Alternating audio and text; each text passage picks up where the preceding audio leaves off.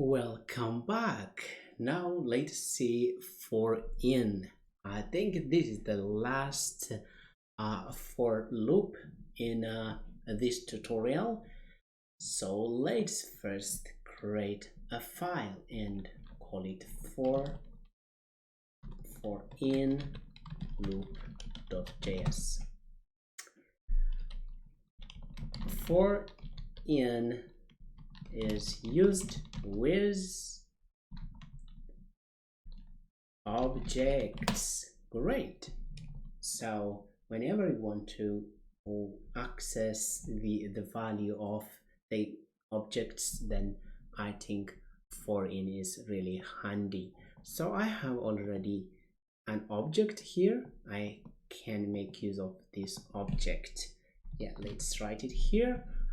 This is a user having the following keys: first name, last name, age, country, skills. Then if I am interested in this, actually for const, and then I say key. So that means I can access the key of this object in user, and then let's see console.log the key.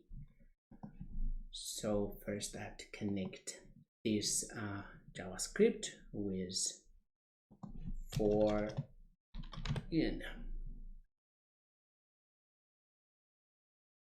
So for a loop, I have to now run this.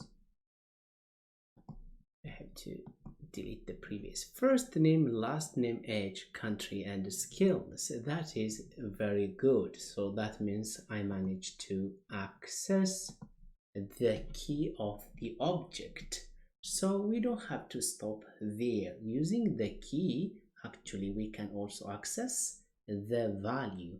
For instance, user and then the key, because this key user and the key for each of the key extract the value of the object. So let's try. For as you can see, yeah, first name as Sabine, last name and my last name, and it continues. Yeah, for instance, if we are interested to also loop through this value, actually we can also loop through the skills inside the for in by using another loop inside the for in loop. This is the main use of for in, and in this tutorial so far what we have covered actually is regular for loop. Whenever we know how many times we iterate, then we use a for loop, and we use a while loop is sometimes when you don't know how many times you should iterate, you use a while.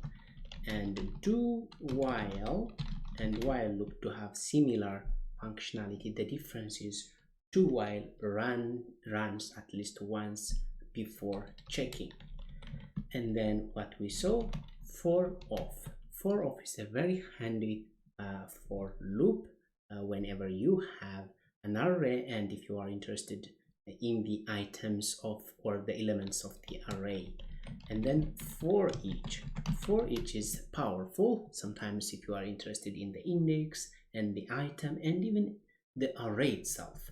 And then the last is for in used with only objects. You can use it with array in a different way, but I don't recommend. Just use it only with objects. Yes, so remember, this is for objects, this is for array, this is for array, and this could be generic, and this is also generic. It could be used in a different way, and this also just regular loop which can be used in different ways, in many ways, in different scenarios. I hope you learned something from this JavaScript loops tutorial, and I will come in a different videos. Yeah, Bye bye.